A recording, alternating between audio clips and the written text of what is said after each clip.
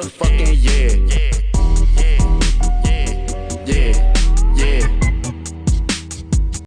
My name is Victor Wong, and I'm currently representing 10th Planet Thousand Oaks and Khalifa Jiu-Jitsu. Prior to Jiu-Jitsu, I was super into powerlifting.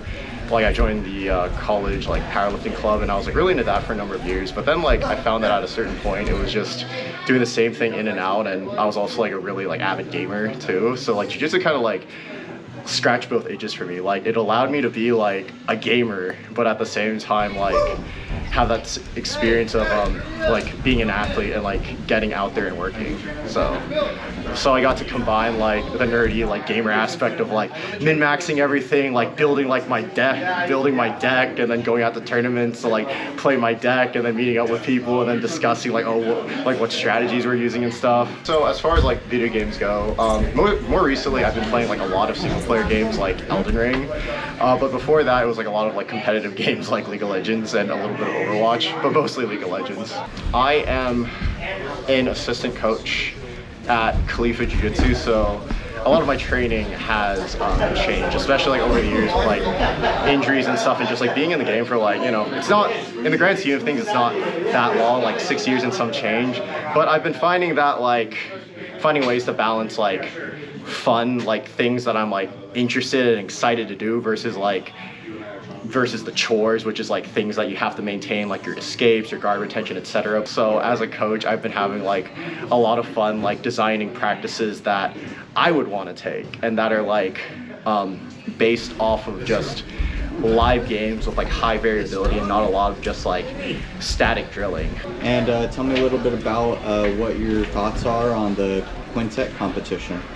My thoughts. I think it's very, very exciting, very, very interesting, because oftentimes I think jiu-jitsu can be really, really lonely. I know you have your teammates, you have your training partners, you have your coaches, but when you get out there and compete, it's lonely. You're just on there, and then you're facing off against another guy, and then even though you got your teammates yelling, break his arm or whatever, it's you're still there alone. But what I like about the Quintet is that it really feels you're out there with a team, win or lose, you have people there, and even if you and when you win, they're there cheering you on, and when you lose, they're gonna try to get that get back for you. So there's really, it really fills that gap of the team spirit in jiu-jitsu that I feel normal competition is usually missing. And what is your opinions about your teammates? Oh, I love I just met 3 of them today, and I already love them. I already know Eric, so he's a fun training partner. I've only known of Tien through Instagram and memes, so it's finally cool to meet him in person. It's he's not who he is on Instagram. That's really cool and interesting. Vince is super chill, and Moose, I think this is my second time meeting him. I think I met him in passing at a Joseph Chen seminar, and I already have a good first impression of him. We had a really good role. It was a mixture of a little bit of chess, a little bit of memes. It's good. My name is Victor Wong, and I will be competing at MBTC6. Cody Moose Fritz, training out of 10 Planet Ventura. I've only been there for a year and a half, 2 years. Great culture, love the vibes. Scott Ross, OG of course, Bomb Squad. Got Dempsey over there, a lot of truck game, leg locks, so yeah, it's a good time, bro. I love it. How did I get started in jiu-jitsu? My brother was training for 3 years, and he used to always watch that documentary Roll. And he would always tell me to go train, and I kind of put it off for a long time, and then finally one day, it's kind of fat, out of shape, didn't know what to do with my life, and he's you just gotta go for 2 weeks. Went, met Jeremiah, 10 Planet Santa Barbara, and just got super addicted and just went all in, dude. Yeah, so it's been almost 8 years now. Competed a lot, white and blue belts, a little bit of purple belt, and then I got an opportunity to do PGF, did a qualifier. Lost to Sam and lost to Fedor twice that day, but I got a flight trap, got some cool subs, so B-Mac hit me up, asked me to go out there, and yeah, that was a fun experience. And then he brought me back for the next season, so that's my most elite, I guess, career so far, but haven't really competed much since actually your guys' tournament. Done a few ADCC Opens and stuff, but haven't been able to really find my footing since brown belt. So yeah, it's been it's a journey, ups and downs, but kind of fell back in love with jiu-jitsu like last year, so want to get back out there and keep competing, you know. Goals for the future, I would love to start getting on some bigger tournaments again, get in better shape, and like really take a last run at it like the next 3 or 4 years. Like I said, kind of fell back in love with jiu-jitsu again. I was kind of over it for a little bit, but still kept training, of course, you know, but wasn't really passionate about it as much as I would like to be. So yeah, I want to really like put my head down and then kind of get after it again, you know? Yeah, so give me a little bit about your thoughts about the mat piece format. It's awesome, bro. I had so much fun last time. I went 1-1-1, so I got to experience the highs and lows that day for sure. Kind of blew it against the center homie, Gamer. Had a beautiful entry, then my homie came in and saved the day. It was clutch, so it was fucking dope, dude, yeah. Super fun time. All the blue belts put it on too, the special matches, like, all around great promotion for sure. Yeah, no bad blood, except for fucking Vince, of course, talking shit. No, but it was all in good fun. Super dope event though, for real. Can you show us your moose? Yeah, the moose, yeah. Yeah, so in high school, well, when I was little, my brother started calling me Moose, and then Jeremiah was bad with names, and it's my Instagram, so I just kind of traveled into the jiu-jitsu space. I think BMAC just like saying Moose, and so this was kind of natural back in the day. My homies used to do it, and then with the 10, so yeah, dude. And people love it. I like it. It like keeps me a little separated from the pack, you know. But yeah, I don't know. It's just fun thing, you know. My name is Cody Fritz, and I'll be competing at MBTC6. Perfect. All right, man. Oh shit, yeah, dude. My name is Eric DeYoung. I represent 10th Planet Thousand Oaks. I grew up in Marin County. I actually started with boxing. I boxed for about a decade. And I got a head injury in 2013, and I was told I could never fight again. And kind of just started lifting weights and put fighting on the back burner for a while. I was invited to a wedding with in-laws, and they put a bunch of jiu-jitsu guys at a table, and they started talking smack to me, you know, what are you gonna do if the fight goes to the ground? And I was telling them they'd be asleep already, and they dared me to try jiu-jitsu, and they said, oh, you won't get hit in the head, you know, it's fine. And I went and tried it and fell in love with it. The only submission that I knew that I could actually successfully hit as a fresh blue belt was a collar choke and an arm bar from mount. So I would get to mount and I would collar choke, arm bar. And so the people that I could get to mount to, which wasn't very many when I first came here, I would get to mount and I kind of would look a little lost because I would always set up the arm bar with the collar choke. And Ramey said, I've got a perfect submission for you. And he showed it to me and it started working. And it worked so well that I started doing it in the gi too. Did you find me a blue belt team that You could be, yeah, we might have a spot. We might. I'm gonna keep it open. Yeah, you guys See, you know what? There might be a dropout or two. You know, a lot of people drop out last Then I minute. could make weight. I could use that to make weight. And then I still collar choke people every once in a while, but I'd say in tournaments, my chokes from mount, I would say 10% collar choke and 90% mother's milk, even in the gi. So you tell me about the mother's milk or the milkman persona. Like, who's this milkman guy?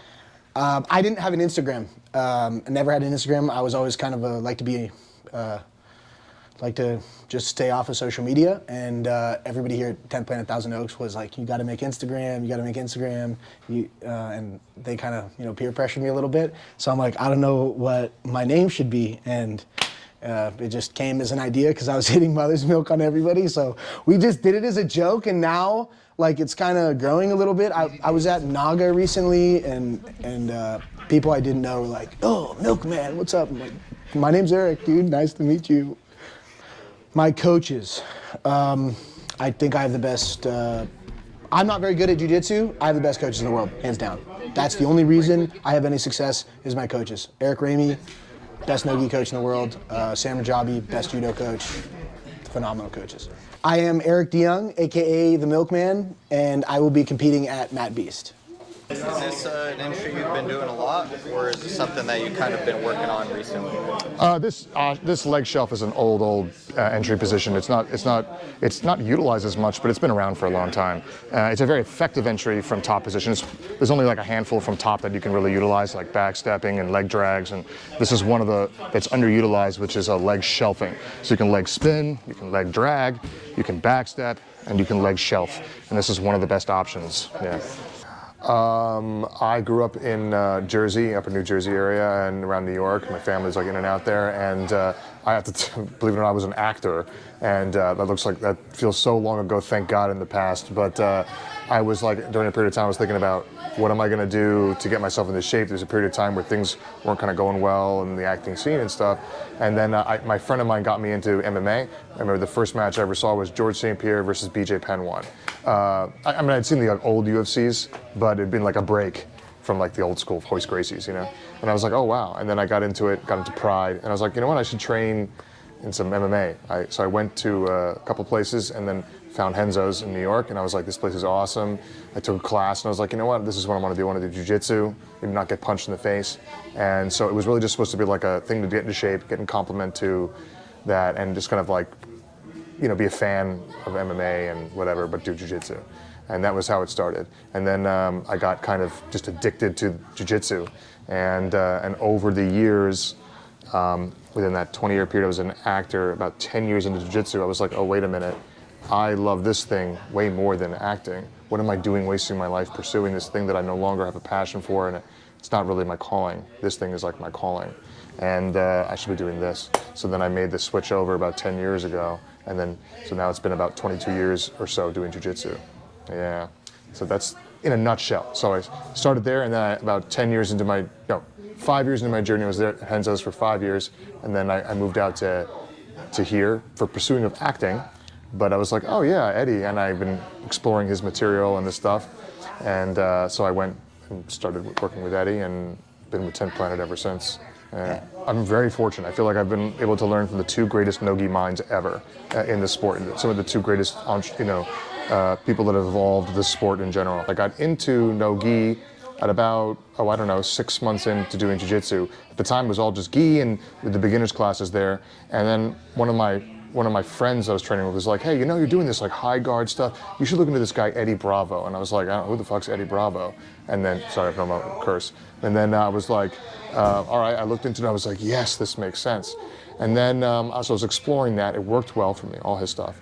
And then at about 6-8 months period, I was okay now to be able to go into the advanced classes. And so I started going in, and I was like, ooh, who are these morning classes? They're like, oh, those guys are sharks. Towards the mat, like that shoulder, towards the floor. There you go.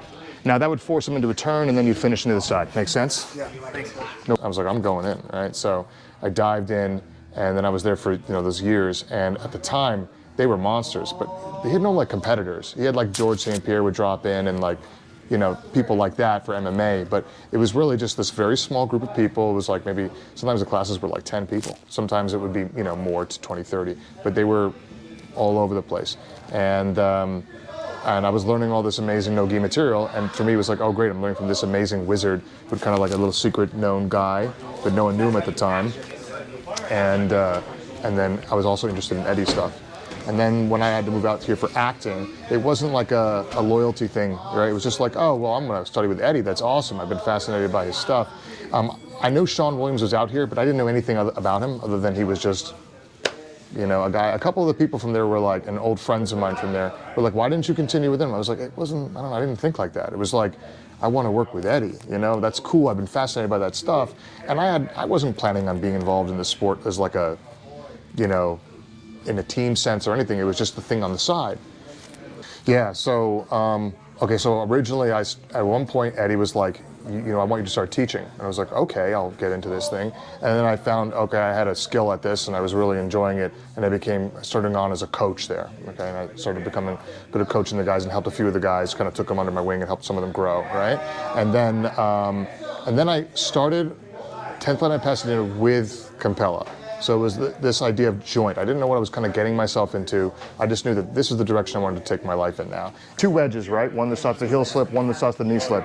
And they also prepare the guy for breaking. You make sure that the one that's on the knee is really strong and intact. And it's different than when we're just controlling. So when we're in an ashram and just controlling, the knee's going up underneath the knee. So if he tries to pull out and away from me, he's trapped, right? Versus if I'm like down, there's no wedge, you can just pull backwards. Yeah, but when you're breaking, it's the opposite. It's the other leg wedging down on the top of the knee. So and if you get really good at that, it should, even though it's not designed to tap people, it will it sets it up. So if you okay? Okay. Okay. So my knee, I want to bring, so like my hips will be off the mat, but the idea is the knee goes down. Does that make sense? So it wedges in place. Yeah, so there's no range of motion, and then you break.